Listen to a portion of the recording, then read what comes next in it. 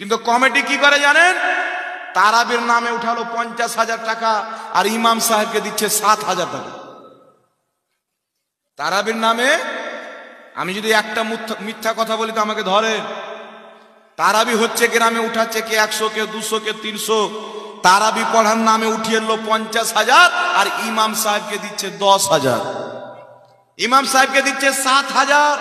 আরে তারাবির নাম দিয়ে আপনি যত টাকা উঠলেন 5 লাখ উঠুক আর 5,000 উঠুক, সমস্ত টাকার অধিকার হকদার হচ্ছে ইমাম সাহেব।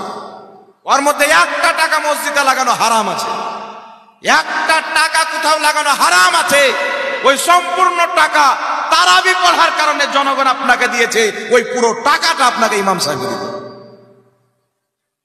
কিন্তু এরকম হারাম নাই। ইমাম সাহেবের নামে উঠিয়ে নিল 30,000 টাকা উঠলো, 5,000 দিল, 25,000 লাগাচ্ছে মসজিদে। তোর মসজিদের নামাজ হবে রে? তা আপনি কোন সমাজ চালাচ্ছেন? ইসলামকে বাঁচার জন্য সমাজ চালাচ্ছেন না ইসলামকে নষ্ট করার জন্য চালাচ্ছেন? তাই খবরদার মুসলমান, নিজের ইমামদের উপরে জুলুম করিয়েন না, আল্লাহর আযাব নাজিল হবে।